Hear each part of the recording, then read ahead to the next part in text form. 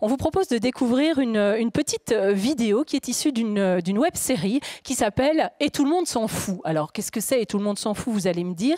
Eh bien, c'est l'histoire d'un hacker caché dans une caverne, une camionnette, on ne sait pas très bien. Il s'appelle Axel Latuada et son idée, c'est de partager avec vous, à travers cette web-série, des réflexions sur la société, sur l'actualité, en y mêlant humour, philosophie et développement personnel. Et pourquoi on vous propose de découvrir un extrait de cette web-série durant la pause? Eh bien, c'est parce que, figurez-vous, le projet TV Billionnaire est tombé dans le coin de l'oreille d'Alex Latuada et notamment aussi l'un des produits, l'un des livrables développés dans le cadre du projet qui vous sera présenté après la pause. Ce sont les Sneaky Cards. C'est pas tous les jours qu'un YouTuber fait mention d'un projet Interreg et d'un outil développé dans le cadre d'un projet européen, dans le cadre d'une web série. On est assez fiers de ça et on voulait du coup vous partager cet extrait pendant la pause qui dure 5 minutes et ensuite retour en plateau. À tout de suite. To burn the world tonight, that would be wonderful. Je voudrais revenir sur un truc qui marche pas, l'angoisse. Ça vous dirait pas d'arrêter de croire qu'il faut forcément faire la gueule pour sauver l'environnement? Parce que, vu la taille du chantier, soit on le fait en mode calvaire, et si on s'en sort, Ça aura été horrible. soit on le fait en s'amusant, Et si on s'en sort pas? bah au moins on se sera amusé. Vraiment, Nawak, sauver l'environnement, c'est un truc de sérieux. On n'est pas là pour rigoler, c'est pas un jeu. Va refaire le crépi avec ton front. Pour commencer, Et comme par hasard, le jeu, c'est un des facteurs qui stimule le plus l'être humain pour le pousser à se dépasser. c'est parce que neurologiquement, un des fondements de la motivation, c'est le plaisir. Et du plaisir dans les jeux, il y en a plein. D'ailleurs, le jeu, c'est aussi un truc qui relie tous les mammifères. Par exemple, on a pu constater qu'un lionceau qui joue pas, il apprend pas à chasser, et du coup, il meurt. C'est parce qu'il n'y a rien de plus puissant qu'un jeu pour faire apprendre quelque chose à quelqu'un Et pour le motiver à passer à l'action. Mais nous, malgré le fait qu'on soit dans une société remplie de jeux, On continue de trouver ça sympa, mais pas très utile. En gros, résoudre un sujet important, ce serait incompatible avec le plaisir. Oui, monsieur le directeur, écoutez, non, je ne comprends pas. On leur a fait enlever les ordinateurs, les plantes, les fauteuils, les trombones, et les employés continuent de sourire. Oui, qu'est-ce qu'on fait? On leur fait enlever les dents? Pourtant, tu vois bien que réussir quelque chose, c'est une forme de satisfaction, non? C'est pas avec un jeu que tu peux résoudre les problèmes de la société. Faut des adultes qui prennent les choses en main. va jouer à la marelle sur les rails du métro. Premièrement, une des spécificités du jeu, c'est qu'il y a au moins une personne qui pratique. Et pratiquer, par définition, c'est quand quelqu'un fait un truc. Donc comme le souci, c'est que tout le monde a beau connaître les problèmes qu'on a. L'écologie, le réchauffement climatique, la perte de la biodiversité. Mais qu'il n'y a qu'une minorité de gens qui passent vraiment à l'action pour inverser la tendance. Tu crois pas que ce serait pertinent d'utiliser le jeu pour motiver les gens à s'intéresser à des sujets importants? Ça permettrait de faire agir encore plus de gens pour se donner une chance de bâtir un monde meilleur. T'es trop dans l'utopie, personne ne veut faire des jeux qui sauvent le monde parce que c'est déprimant. Tu ferais mieux de faire tes comptes. Peut-être que ton cerveau joue à cache-cache. Pour aller droit au but, il y a un super jeu qui s'appelle Sneaky Cards. Ça, c'était un placement de produit. C'est un jeu qui déchire, qui te propose de te déguiser en ninja et de tenir une carte blanche par... Pardon. Allô? Ah, il n'y a pas de déguisement? Pourquoi il y a un ninja sur la boîte alors? Ouais, si je m'intéresse à ce que je présente dans mes vidéos. Ah, d'accord. C'est des cartes, en fait. Ok, en fait, c'est un jeu de cartes qui déchire, qui permet de relever des défis. Et il y a des malins qui ont déjà compris le potentiel, Comme le parc naturel régional de l'Avesnois dans le nord de la France, qui a édité sa propre déclinaison du jeu Sneaky Cards et qui va en distribuer 4000 boîtes gratuitement, exprès pour sauvegarder son environnement. T'as vu, c'est vert, comme l'environnement. Et ça, c'est parce qu'ils ont compris qu'en faisant jouer les gens, on pouvait motiver des actions citoyennes et responsables, sans être culpabilisant. Avec des gestes pas compliqués qui aideraient le monde à aller mieux si tout le monde les faisait. Comme de dénoncer le suremballage en prenant en photo un produit suremballé pour la partager sur les réseaux. Offrir le gîte et le couvert à une famille d'insectes. Et donc vous êtes 80 425. Chérie, va falloir ajouter quelques couverts, hein. Ou faire un câlin à un arbre. Par contre, lui sautez pas dans les bras.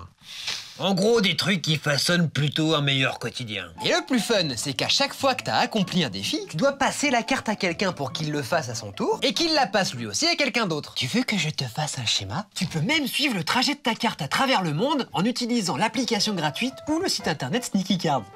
T'es content? Et puisque sauver le monde, c'est pas forcément un truc que t'as envie de faire le samedi soir entre potes, rendre ça le plus fun possible, c'est le meilleur moyen de se donner une chance d'y arriver. Et tout le monde s'en fout. Don't wanna waste my time, for the world is mine. Don't wanna waste my time. Ramasser plus de 10 déchets dans la nature, se passer d'écran pendant 24 heures. Zoé, c'est toi qui as rajouté une carte? Arrêtez d'être condescendant pendant 24 heures. Ah si, c'est écrit au feutre. For the world is mine. Alors maintenant, pour découvrir l'ensemble des défis de Je commence aujourd'hui, rendez-vous sur jca.fr. Tu connais ces internet? Et tout le monde ne s'en fout pas, non, sensibilisé à la trame verte et bleue en milieu urbanisé en jouant et en s'amusant. C'est bien le projet Sneaky Cards qui vient de vous être présenté avec beaucoup d'humour par le youtubeur Axel Latuada. Et pour en parler avec nous, je me recule pour respecter le protocole sanitaire et je vous accueille avec néanmoins beaucoup de chaleur, même si la proximité n'y est pas. Un tandem masculin cette fois-ci, Christophe Legroux et Marc Gremski. Christophe Legroux, vous êtes responsable du pôle éco-citoyenneté au sein du parc naturel régional de l'Avesnois. Ça nous donne l'occasion de découvrir un nouveau partenaire du projet TVBU. Bonjour Christophe. Bonjour. Et à vos côtés, Marc Gremski, animateur éducation, sensibilisation à l'environnement au sein de ce même parc naturel régional de l'Avesnois. On va donc avec vous parler un peu plus en détail de ces fameuses Sneaky Cards et puis des conférences quiz que vous avez également développées dans le cadre du projet TVBU. La parole est à vous. Merci. Alors, en effet, hein, le parc naturel travaille depuis plus de 20 ans sur des actions de sensibilisation, d'éducation, avec l'idée vraiment ancrée d'accompagner le passage à l'action. Et voilà, comme bon nombre de structures de personnes, en échangeant, au regard de nos actions, on se rend compte d'une chose, c'est que nous sommes des êtres paradoxaux. C'est-à-dire que voilà, on a beau savoir ce qu'il faut faire, c'est pas pour ça qu'on le fait forcément. Et on travaille nos actions de sensibilisation autour d'un triptyque. Alors la sensibilisation, elle est certes indispensable, mais elle ne se suffit pas elle-même. Et donc on travaille nos actions sur ce triptyque, sensibiliser, outiller et donner une place d'acteur. Et donc on a souhaité, dans le cadre de ce projet, développer un jeu considéré comme un outil. Donc là, je vais passer la parole à Marc qui va vous présenter plus en détail ce jeu. Alors le jeu, effectivement, donc c'est un jeu de cartes physiques. Vous avez une boîte de jeu qui contient 36 cartes. Chaque carte comporte un geste à accomplir, un défi, une mission à réaliser, peu importe le terme qu'on choisit. Chacune de ces missions a un impact direct sur le réchauffement climatique, enfin la lutte contre le réchauffement climatique, l'accueil de la biodiversité sur votre territoire, le bien-être, la consommation locale, mieux manger, mieux se déplacer, etc., etc. Le but du jeu, c'est de se débarrasser le plus vite possible de ces cartes. Donc le but, c'est vraiment pas de garder le jeu pour soi, mais d'accomplir une à une le maximum de missions que comporte le jeu. Vous avez une application dédiée, spécifique, qui a été développée donc, pour ce jeu. Quand vous avez réalisé un geste, une mission, vous pouvez la valider sur votre téléphone portable. À partir de ce moment-là, sur la page d'accueil de l'application, c'est la carte géographique, cette fois-ci, que vous avez sur la droite de votre écran. Un petit ninja vert va apparaître, indiquant que vous avez fait l'action. Une fois que cette action est faite, le but, c'est de convaincre une personne de votre entourage d'accomplir à son tour cette action et de la réaliser. Si elle est d'accord, vous lui passez la carte et à son tour, elle va se créer un compte, valider son geste, l'accomplir et le voyage de votre petite carte va commencer comme ça, ce qui fait que vous êtes à la fois acteur, mais vous êtes aussi à la base d'une propagation de gestes éco-citoyens de personne en personne, gestes qui vont se diffuser plus ou moins proche de l'endroit où vous habitez en fonction des cartes, sachant qu'après vous perdez la main sur votre carte, vous ne savez pas entre quelles mains elle est. Par contre, via la carte géographique, vous pouvez savoir jusqu'où va votre carte. Et on a comme ça, pour l'instant, des cartes qui se retrouvent dans l'océan Indien, une au Japon, quelques-unes aux États-Unis. On ne sait pas comment, mais elles sont arrivées jusque-là. Mais le but, c'est surtout qu'elles se diffusent dans le plus de mains possible, pas forcément qu'elles aillent le plus loin possible. Voilà.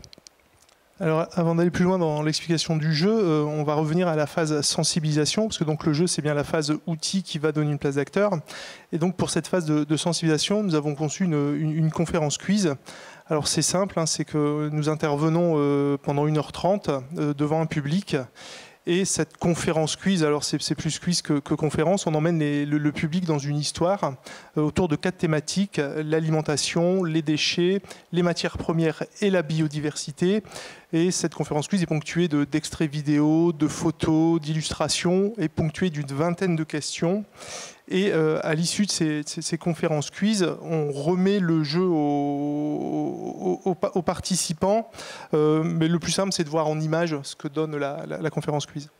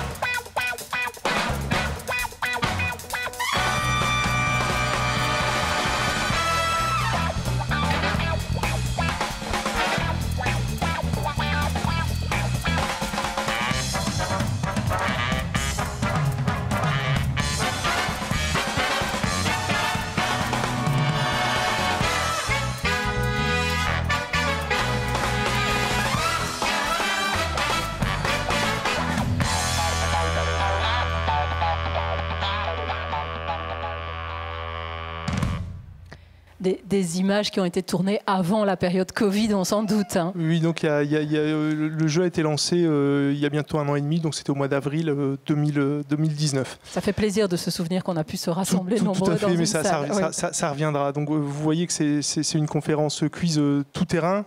Je vais laisser Marc dire quelques mots plus précisément. Alors en effet, la conférence, elle a un objectif qui est le premier volet de notre triptyque, qui est de sensibiliser les gens. Donc en fait, tout au long de la conférence, on va poser des questions au public sur l'état un petit peu de là où on en est au niveau de l'alimentation dans le monde, de la production de déchets, de la consommation des ressources et des matières premières, et puis aussi de faire un lien avec la biodiversité. Et le but, c'est d'éveiller une petite lumière dans le cerveau des gens, parce qu'il faut être réaliste, à la fin de la conférence, les gens se prennent quand même une petite claque en se disant « Ah, on a déjà réussi à faire autant de bêtises, entre guillemets. On en est déjà là, on n'avait pas forcément conscience que les curseurs étaient positionnés de telle ou telle manière. » Et l'idée, c'est de ne pas justement les laisser sur cette impression de constat négatif, mais de leur dire oui, on en est là, mais il est encore temps d'agir et on peut vous aider. On peut vous aider à passer concrètement à l'action. Pour ça, on a un jeu et on peut vous donner une place d'acteur. Vous pouvez, si vous le souhaitez, dès à présent, en quittant la salle, repartir avec cette boîte et facilement commencer à passer à l'action et être, ce que je disais tout à l'heure, à la base d'une propagation de gestes, c'est-à-dire que le jeu ne s'arrête pas à vous, mais va se diffuser largement. Alors pour compléter les propos, vous avez vu, on a parlé d'alimentation, de déchets, de matières premières, de biodiversité, mais en fait c'est un jeu qui est, on va dire, quasi exclusivement biodiversité, et on a souhaité intégrer d'autres thématiques pour montrer que les choses étaient systémiques, et la biodiversité, il ne faut pas la traiter à part d'autres champs. Je vous donne un exemple tout simple, hein, il y a un défi dedans, c'est offrir cette carte avec un jus de fruits local. Alors on peut penser que c'est une entrée alimentation, sauf que si les personnes se mettent à boire un jus de fruits local, on redonne une valeur d'usage au patrimoine fruitier, ce qui fait qu'il va falloir planter des arbres fruitiers, et des gens vont peut-être avoir envie de produire leur propre jus de pomme, et s'il y a un fruitier, il y a un accueil de la biodiversité possible. Et on s'est aussi rendu compte que souvent, par rapport à d'autres thématiques qui touchent moins le quotidien, qui sont moins dans la proximité des gens, on a toujours l'impression que c'est une affaire d'experts, la biodiversité, ça non, moi les animaux, les insectes, j'y connais rien. Et en fait, c'est en le mettant à côté d'autres thématiques, on voit que c'est pas plus compliqué qu'autre chose. Donc c'était un choix volontaire et assumé. Alors, c'est aussi accompagné d'un site ressource, donc le site JCA. Donc, pour chaque carte, vous pouvez accéder à ce site et vous avez différents éléments. C'est l'enjeu de chacun des gestes. Un pouce rouge et un pouce vert pour l'aspect négatif, c'est-à-dire si personne ne fait rien, ben voilà où on va. Le pouce vert, si on le fait, voilà l'impact que ça aura. Et ensuite, des conseils pour réaliser chacun des gestes. Alors concernant le mode de diffusion, alors il est multiple. On intervient avec ces conférences quiz dans des programmations de salles de spectacle, de centres sociaux, dans des salles communales, donc devant un public qui vient à cette conférence quiz. Et à la fin, on remet le jeu. Mais on précise, il y a un contrat moral, c'est-à-dire que quand on donne le jeu, trahissez pas la confiance qu'on a mis en vous. Si vous le prenez, c'est pour le faire, et on entend que des gens refusent de prendre ce jeu. Si c'est le prendre pour ne pas faire, ce n'est pas la peine. Mais on intervient aussi dans des entreprises, dans le cadre de journées RSE, de journées de team building, et l'idée, c'est que l'entreprise crée son compte, et avec les collaborateurs, crée une vague éco-citoyenne, parce qu'en fait, il y a la vague globale, mais chaque compte créé peut suivre sa propre vague. Et on intervient aussi dans le cadre de parcours éco-citoyens au sein des établissements scolaires. Je vais redonner la parole à Marc. Alors effectivement, l'année dernière, on a commencé à mettre en place un programme avec les éco-délégués, puisqu'au côté français, les éco-délégués ont 1 an. Ça a été un souhait du ministère de l'Éducation nationale d'élire des délégués qui ont pour objectif d'inscrire leur établissement dans la lutte contre le réchauffement climatique, l'accueil de la biodiversité, réduire le gaspillage alimentaire, toutes les thématiques qu'on a abordées dans notre jeu. Donc on a mis en place un programme d'action qui a commencé en fait véritablement en début janvier. On a fait un état des lieux dans 7 ou 8 collèges de mémoire, de là où on en était sur ces thématiques, quelles étaient les idées des éco-délégués, ce qu'on pouvait mettre en place comme action. On est arrivé à finaliser un programme d'action sur l'année scolaire, programme d'action qui a été dans quasiment tous les établissements défini et validé au 15 mars. Et puis voilà, le 17 mars, je crois, ou le 18, nous sommes confinés. Donc depuis, c'est vrai que le projet avec ces établissements scolaires, du coup, s'est arrêté. Et on espère bien le relancer ici, courant 2021, reprendre avec quelques établissements et faire le lien avec l'évolution de ce jeu. Et là, je vais laisser Christophe en parler. Donc oui, alors avant, encore quelques mots, on se rend compte qu'on a mis le doigt sur un outil qui peut devenir un outil pédagogique qui peut être croisé avec les programmes scolaires. C'est ce que nous disent les enseignants, c'est que ça rentre vraiment dans le parcours citoyen du jeune. D'abord, on aborde déjà des notions lire, écrire, parler. Je comprends pourquoi je fais un geste, je développe un argumentaire, j'y mets de la bienveillance. Le prescripteur du geste, c'est moi qui demande en tant qu'individu à quelqu'un de le faire. Donc dans la propagation, des établissements scolaires, c'est le jeune qui arrive à convaincre un autre jeune, qui donne la carte à un prof, qui la redonne à un élève, qui le redonne à d'autres personnes administratives. Après, ça sort de l'école. Donc on est en train aussi de développer actuellement des ressources, des supports pédagogiques qui accompagneraient les cartes. Et on vient d'avoir une reconnaissance nationale, mais qui va être mondiale. La France devait accueillir le congrès mondial pour la nature de l'UICN en juin dernier.